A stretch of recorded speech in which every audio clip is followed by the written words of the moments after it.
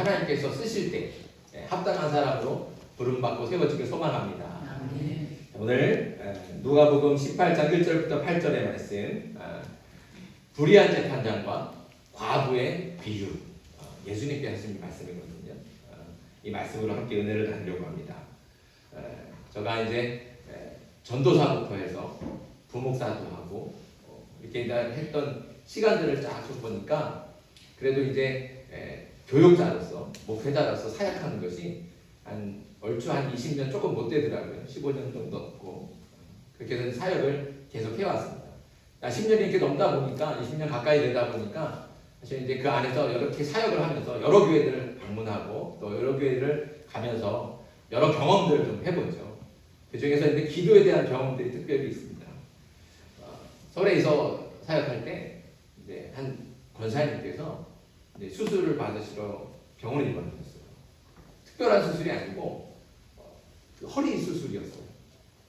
괜찮다. 그래서 특별히 대학병원에 일부러 그렇게 가셨는데 수술을 받으시고서 갑자기 위중해지셨어요. 그래서 중환자실을 가시고 수술 끝나고 나서도 다시 뵀거든요. 수술이 잘 됐다, 좋다, 경과가 좋다더라. 그래서 같이 기도하고 수술하기 전에도 기도하고 하나님께서 고쳐주실 것이다.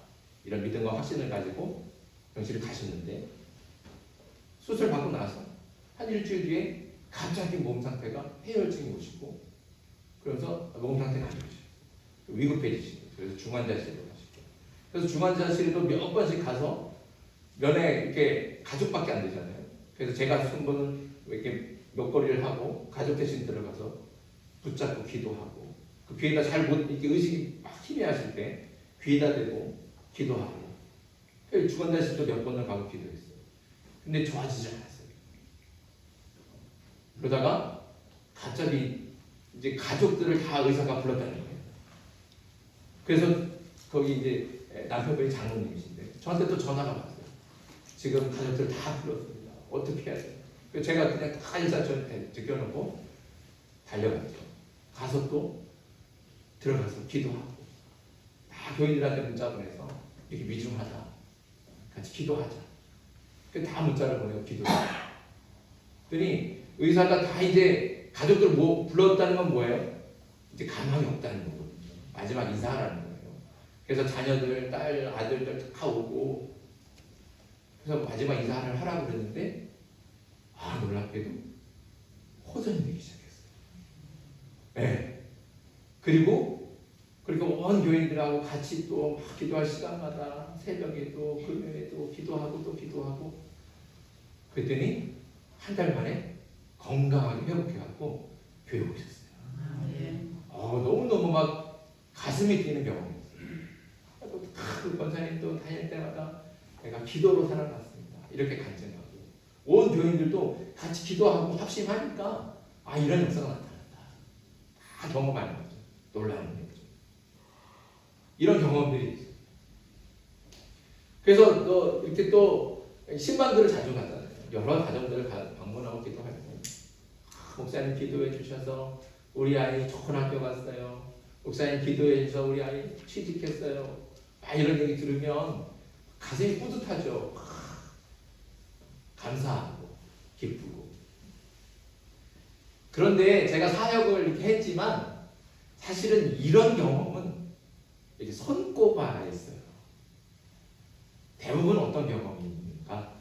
반대의 경험.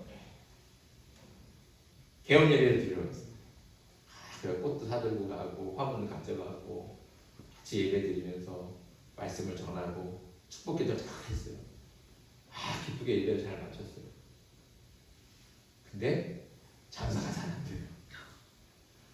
1년도 안 됐는데 가게를 접었다는 거예요.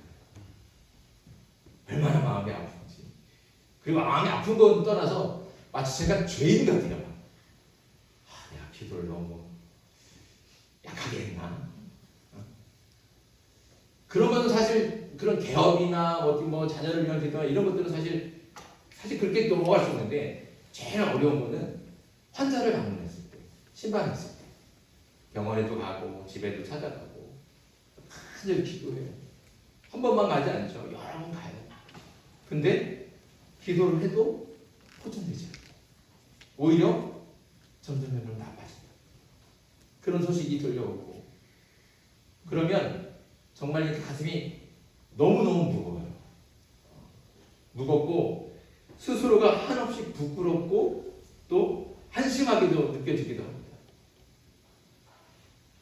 나는 왜 바울처럼 베드로처럼 기도만 하면 병자들이 일어나고 귀신이 쫓아가고 막 이렇게 기적들이 일어났으면 좋겠는데 왜 나한테는 하나님께서 그런 능력을 그런 은사를 안 주셨을까?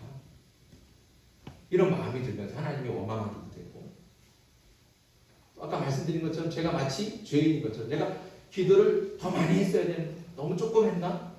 내가 더 열심히 기도해야 되는데 너무 기도를 열심히 하지 못했나? 이런 마음이 들면서 자책까지 하게 됩니다. 저뿐만 아니고 여러분들도 그럴 때가 있으시지 않은가요?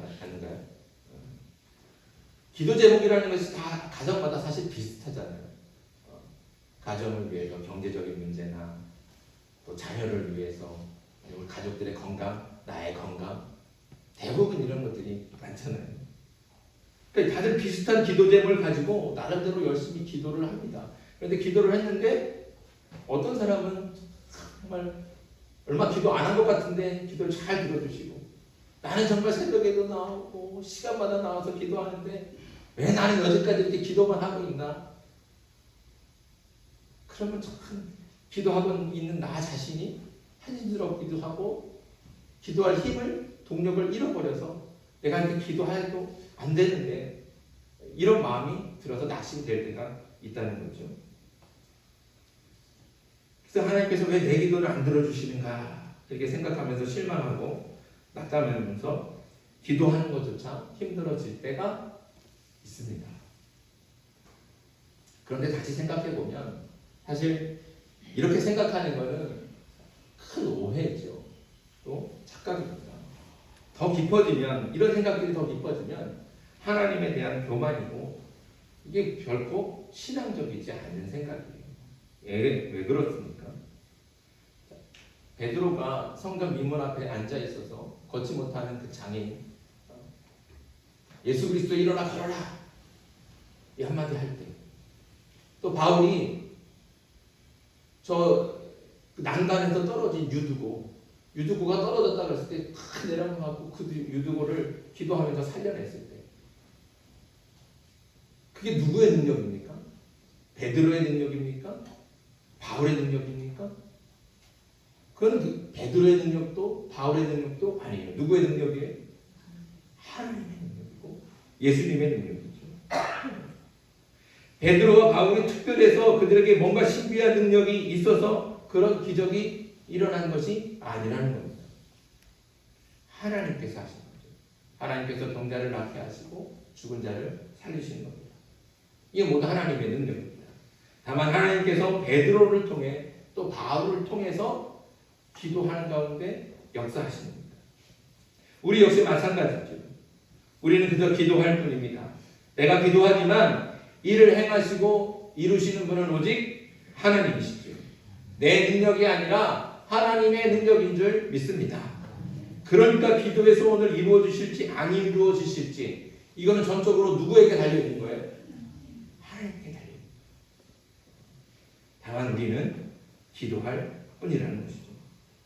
그런데 마치 내 능력이 부족해서 기도가 응답을 받지 못했다고 생각합니다. 그래서 소원이 이루어지지 않는다고 생각하는 것은 하나님의 능력을 보다 나의 능력을 앞세우는 거니까 그건 하나님을 거역하게 되는 거예요. 그건 교만이죠. 하나님의 역사를 가로막는 겁니다. 그런데도 우리는 자꾸 그렇게 생각을 한다는 겁니다. 내 능력이 부족하고 나한테 은사가 없고 내 기도 시간이 모자라고 왜 우리가 자꾸 오해하게 될까요? 그래서 성경을 말씀을 잘못 이해하기 때문에 그렇죠. 오늘 본문이 바로 대표적인 그런 말씀입니다. 오늘 본문은 예수님께서 비유로 하신 말씀이죠. 비유 제목이 뭐라고 했습니까? 불의한 재판장과 과부라고 했어요. 자, 내용을 설명하면 한 도시에 재판장이 있습니다. 근데 이 재판장이 그냥 재판장이 아니고 불의한 재판장. 왜 불의한 재판장인가? 오늘 말씀을 보니까 이 재판장은 하나님을 두려워하지 않고 사람도 무시한다는 거예요. 하나님을 두려워하지 않는다. 그럼 뭐예요? 하나님을 경외하지 않는 거예요. 하나님을 무시하는 거죠. 하나님을 믿지 않는다는 거예요. 그러니까 하나님 자기 앞에서는 그 어떤 것도 두려운 게 없어요. 자기 지위보다 높은 사람은 좀 두려워할지 모르겠지만 자기 지위보다 낮은 사람은 그 세상에서는 두려울 게 하나도 없는 사람이 바로 이 사람인 거예요. 겁이 없죠. 두려울 게 없죠. 거기다가 사람을 무시한다는 거예요. 사람을 무시해요. 다 아랫사람으로 보고 자기 권력 손아귀에 보고 그러니까 자신의 지위와 권력 밑으로는 두려울 게 없는 사람이고 또 그러니까 사람을 무시할 수밖에 없는 거죠. 지위와 권력과 부의 차이를 따라서 더욱더 그럴 겁니다. 이런 재판장이 재판을 공정하게 하겠습니까? 공정하지 않을 거예요. 뇌물을 받고 재판을 불공정하게 하고 약자의 소리나 억울한 사람들의 부르짖음에 귀를 기울이지 않을 겁니다. 전혀 그런 소리가 들어오지 않을 겁니다. 이런 불의한 재판장이 있습니다. 근데 이런 재판장과 너무나 비교되는 사람 과부가 있죠. 당시 과부는 자신의 안전도 보장할 수 없고 경제적인 자력도 어려운 그런 최하층, 최빈곤층 중에 하나가 바로 과부입니다. 가장 힘없고 나약한 사람이 바로 과부들이죠. 그런데 이 과부가 억울하고 불의한 일까지 당한 겁니다. 그래서 재판장을 찾아왔어요. 하지만 이 재판장이 이 과부의 이야기를 귀담아 듣겠습니까? 사람을 무시하는 사람, 과부가 뭐라고 하든지 아무 소리가 안 들리고 다 무시해버립니다. 돈 좀 있으면, 돈 좀 있는 부자라면 모를까 가진 것이 아무것도 없는 이 과부의 억울함을 불의한 재판장이 들어줄 리가 없습니다. 그런데 반전이 생기죠. 이 과부는 불의한 재판장을 자주 찾아갔다고 오늘 말씀해주고 있습니다. 얼마나 자주 찾아갔는지 알 수는 없지만 아마 이 재판장이 귀찮을 정도로 귀찮아서 정말로 참을 수 없을 정도로 그렇게 자주 찾아간 것 같아요. 아침에 찾아가고 점심에도 찾아가고 저녁에도 찾아가고. 그러니까 재판장 속으로 이렇게 말합니다. 5절에 이 과부가 나를 번거롭게 하니 내가 그 원한을 풀어주리라. 그렇지 않으면 늘 와서 나를 괴롭게 하리라. 이 불의한 재판장이 생각하기를 이 과부의 원한을 풀어주지 않으면 내가 괴로워서 말라 죽을 것 같다는 거예요. 그러니까 나를 위해서라도 이 과부의 청원을, 이 억울함을 풀어줄 수밖에 없겠구나. 그래서 이 재판장이 그렇게 생각을 했다는 것이죠. 그래서 이 뒤에 이 불의한 재판장이 과부의 원한을 풀어줬는지 안 풀어줬는지 모르지만 여기서 예수님께서 이제 비유를 마치시고 설명을 하시는 겁니다. 7절과 8절, 7절, 8절. 하물며 하나님께서 그 밤낮 부르짖는 택하신 자들의 원한을 풀어주지 아니하시겠느냐? 그들에게 오래 참으시겠느냐? 내가 너희에게 이르노니 속히 그 원한을 풀어주시리라. 그러나 인자가 올 때 세상에서 믿음을 보겠느냐? 하시니라. 아멘. 예수님께서 이렇게 비유를 말씀하시고 그 비유에 대한 설명으로 이렇게 말씀하시는 거예요. 여러분들이 이 설명이 어떻게 들리십니까? 이런 내용이에요. 이 불의한 재판장조차도 정의롭지 못하고 선하지 못한 이 재판장조차도 과부의 그 끈질긴 요청에 어쩔 수 없이 그 소원을 들어주는데 하물며 선하시고 의로우신 하나님께서는 그 자녀들이 그걸 부르짖을 때, 기도할 때 얼마나 잘 들어주시겠느냐. 그러니까 과부처럼 하나님께 매달리면 하나님께서 반드시 기도를 들으시고 소원을 이루어 주실 것이다. 이렇게 들리죠. 그렇죠? 더군다나 예수님께서 뭐라고 말씀하셨습니까? 오래 참으시겠느냐. 그러니까 하나님께서 기도를 들으시면 신속하게 들어주실 거라는 거예요. 그렇게 기도하면 하나님께서 외면치 않으시고 신속하게 다 들어주실 것이라고 오늘 우리에게 설명해주고 있는 것 같습니다. 그런데 오늘 이 말씀을 이렇게 이해하니까 우리가 자꾸 아까 말한 것처럼 기도에 대해서 오해하고 착각하게 됩니다. 오늘 말씀에 하나님께서 오래 참으시겠다고 할 때 그 오래라고 하는 게 이게 오래가 얼마나 있어야 오래일까요? 우리가 알아야 되는 것은 하나님의 시간과 사람의 시간은 다르다는 거예요. 그래서 베드로 사도가 뭐라고 그랬습니까?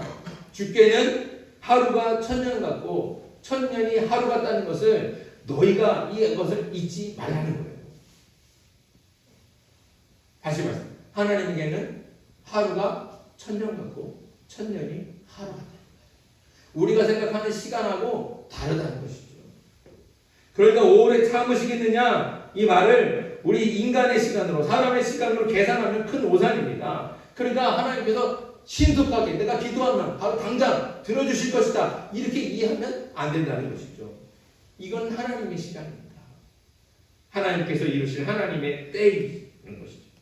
그러니 우리가 정할 수도 없고 가늠할 수가 없습니다. 그래서 예수님께서 비록 오래 참으시겠느냐 이렇게 말씀하셨어도 현실 우리 삶 속에서는 우리가 상상할 수 없을 정도로 오래 참고 기다릴 수도 있다는 거예요. 무엇보다 기도에 대한 응답에 대해 우리가 오해하지 말아야 할 것은 내 기도와 소원이 이루어지는 것이 기도의 응답이 아니라는 겁니다. 기도의 응답 뭐예요? 내가 기도의 응답 받았다.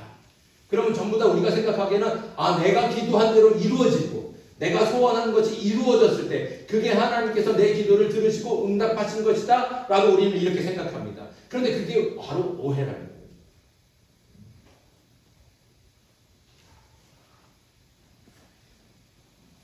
내 기도와 소원이 이루어져야지만 하나님께서 내 기도를 들으시고 응답하시는 것이 아닙니다. 다만 그 기도가 이루어지기 위해서는 얼마나 많이 기도했느냐 또 기도하느냐에 달려있다고 생각하는 것 이것조차도 오해라는 것이죠. 우리가 내 기도가 이루어져야지만 그것이 응답이라고 하고 생각하기 때문에 자꾸 그 기도가 이루어지기 위해서 내가 얼마만큼 더 많이 기도했느냐 여기에 우리가 자꾸 목매단다는 거예요. 우리가 옛날에 대입고사 우리가 그러니까 대학을 갈 때 어려울 때 이런 말이 있었어요. 4당 5락 많이 들어보셨죠? 4당 5락 무슨 뜻입니까? 4시간 자면 붙고 5시간 자면 떨어진다는 거예요. 그러니까 얼마만큼 더 많이 공부했느냐 여기에 따라서 대학의 입학이 좌우가 된다는 거예요. 당락이 결정된다는 것이죠. 우리가 기도를 이렇게 이해하고 있는 겁니다. 자, 20대로 이해하면 어떻게 됩니까? 하나님께서 10시간 기도한 사람의 기도는 들어주시는데 9시간 기도한 사람의 기도는 안 들어주시겠어요. 우리가 이렇게 이해하게 된다는 거죠. 맞습니까? 그러지 않죠. 그런데도 우리는 하나님께서 기도에 응답해 주시지 않는 것을 내 노력이 부족하고 기도 시간이 부족해서라고 생각할 때가 많이 있습니다. 하지만 이런 생각 역시 기도의 응답을 내 노력의 결과로 만들어버리기 때문에 그건 하나님의 능력을 또 가로막는 거예요. 내 능력으로 하나님의 능력을 덮어버리는 거죠. 내가 얼마만큼 노력했느냐? 거기에 따라서 하나님께서 내 기도를 들어주시는가? 거기에 달려있지 않다는 것이죠. 사실 기도의 응답에는 3가지가 있습니다. 첫째, 기도한 즉시 소원이 이루어지는 것. 이럴 때가 있죠. 아까 말씀드렸듯이 베드로와 요한이 성전 민문 앞에 지나갈 때 그 민문 앞에 앉아있던 걷지 못하는 자들 하나님께서 측은한 마음과 또 긍휼한 마음을 주셔서 베드로가 그 사람을 그냥 지나치지 않았어요. 그 사람을 붙들고 예수 그리스도의 이름으로 명하노니 하고 기도했어요.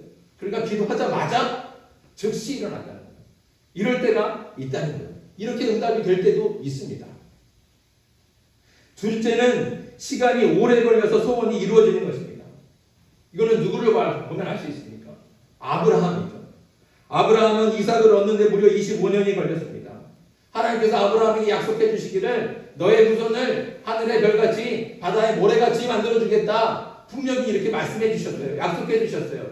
한 번도 아니고 여러 번 거듭해서 약속해 주셨어요. 그런데 그가 아들을 얻기까지 무려 25년이 걸렸다고요. 그런데 25년이 걸려서 낳은 아들, 그 아들을 하나님께서 뭐라고 말씀하셨습니까? 나를 위해 바쳐라. 그러니까 그 말씀을 보면 하나님께서 왜 이 긴 시간을 들여서 아브라함에게 이삭이라는 아들을 주셨는지를 알 수 있어요. 만약에 믿음이 적을 때 당장 아들부터 줬으면, 그리고 하나님께서 말씀하셨을 때 과연 아브라함이 하나님의 말씀에 순종했을까요? 그렇지 않았을 거예요.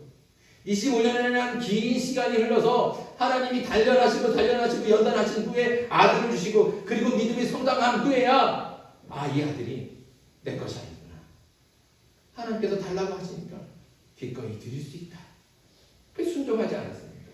그러니까 그 시간이 헛된 시간이 아니라는 거예요. 그리고 더 볼 것은 하나님께서 약속하신 대로 너희 자손을, 너희 후손을 하늘의 별처럼 바다의 모래처럼 많게 해주겠다 약속해 주셨지만, 아브라함이 본 자손은 누구예요? 눈으로 본 확인한 자손은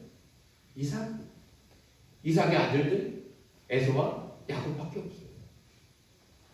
하늘의 별같이 바다의 모래같이 이루어지지 않았어요. 아브라함 때에는 하나님께서 비록 약속해 주셨지만 아브라함은 그 약속을 보지 못하고 죽은 거예요. 그러니까 하나님의 약속이 먼 후대에, 아브라함이 기도한 것들이 먼 후대에 이루어지는 겁니다. 그리고 마지막 세 번째, 하나님의 응답, 기도의 응답은 거절이기도 합니다. 그리고 침묵이 되기도 하죠. 대표적인 기도가 누구의 기도입니까? 예수님의 기도입니다. 예수님은 십자가를 지시기 전에 하나님께 이 잔을 옮겨달라고 하나님께 간절히 기도했습니다. 땀방울이 핏방울이 되죠. 하지만 하나님께서는 예수님의 소원을 들어주시지 않았습니다. 그리고 마지막까지 침묵하셨죠. 왜 그렇습니까? 그것이 인류를 구원하시려고 하시는 하나님의 뜻이고 계획이기 때문에 그러는 겁니다.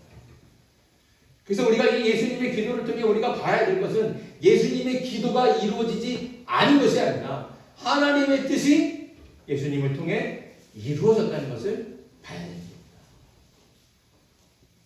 그러니까 우리의 기도가 항상 우리의 뜻대로 이루어지는 게 아닙니다. 하나님의 뜻이 이루어지는 것이죠.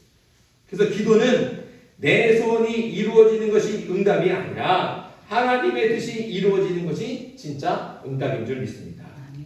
그리고 하나님께서는 반드시 하나님의 때에 하나님의 뜻을 이루시기 위해서 그 기도를 그냥 흘려버리지 않는다는 것이죠.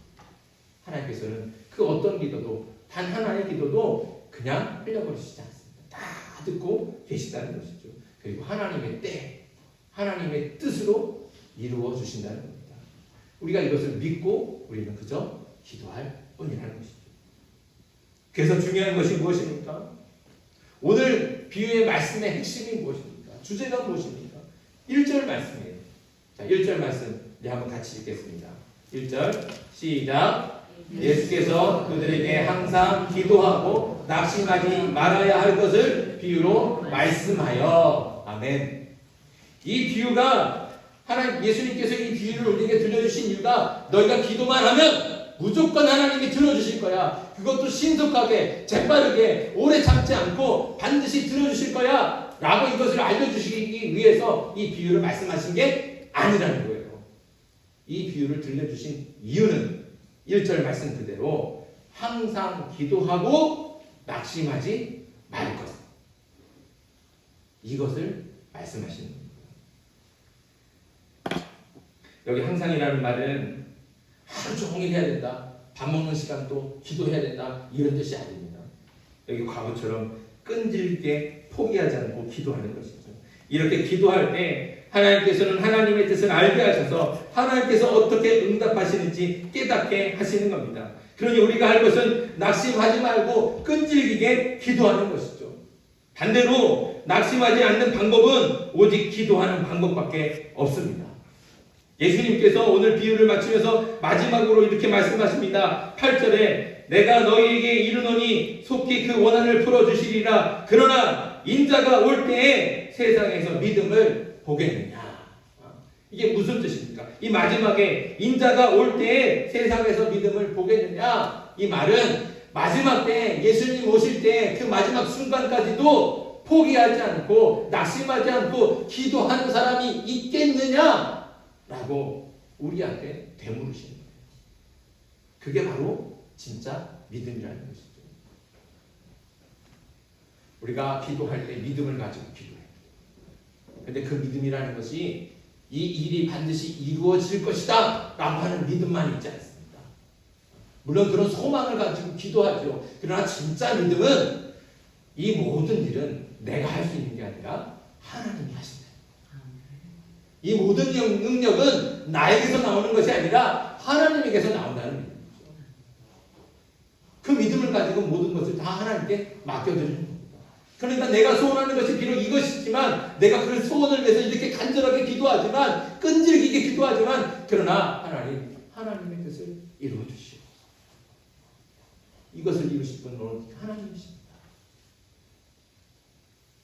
이 믿음을 가지고 끈질기게 기도하면 하나님께서 우리의 생각과 마음과 생각을 바꾸셔서 하나님의 뜻을 알게 하시고 내 소원이 아니라 하나님의 뜻이 이루어지는 것이 무엇인지를 깨닫게 하신다는 것이죠.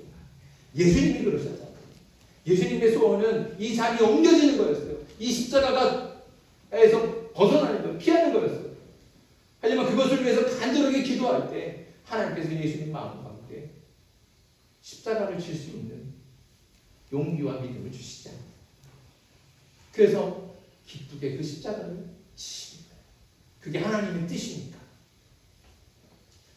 우리가 기도할 때 하나님께서는 우리의 기도를 들으시고 우리의 소원을 이루어 주시기도 하지만 하나님의 뜻을 위해서 우리를 바꾸시기도 하신다는 겁니다. 그러니 우리가 해야 될 것은 다른 게 아닙니다. 오늘 우리에게 주신 말씀처럼 항상 기도하고 낙심하지 않는다는 것이죠. 또 다시 바꿔 말하면 낙심하지 않기 위해서 항상 기도해야 될 줄 믿습니다. 사랑하는 여러분, 기도하는 일에 소홀히 하지 않기를 간절히 소망합니다. 끈질긴 마음을 가지고 간절한 마음을 가지고 주를 붙들고 부르실 때 하나님께서 그 기도를 반드시 들으시고 하나님의 때 하나님의 뜻을 이루어 주실 줄 믿습니다. 그러니 낙심하시지 마십시오. 지금 당장 아무것도 변하는 것이 없고 아무것도 내 소원이 이루어지는 것이 없다고 해도 낙심하지 마십시오. 우리가 할 일은 그저 기도할 일입니다. 항상 기도하고 낙심하지 않고 그렇게 또 낙심하지 않기 위해서 항상 기도할 때 하나님께서는 우리의 기도를 들으시고 우리를 변화시키셔서 우리의 삶 가운데 하나님의 뜻을 이루어 주실 줄 믿습니다. 그러니 그 믿음을 가지고 오늘 주신 말씀대로 항상 기도하고 낙심하지 않는 저와 여러분들이 되길 주님의 이름으로 축복합니다. 기도드리겠습니다.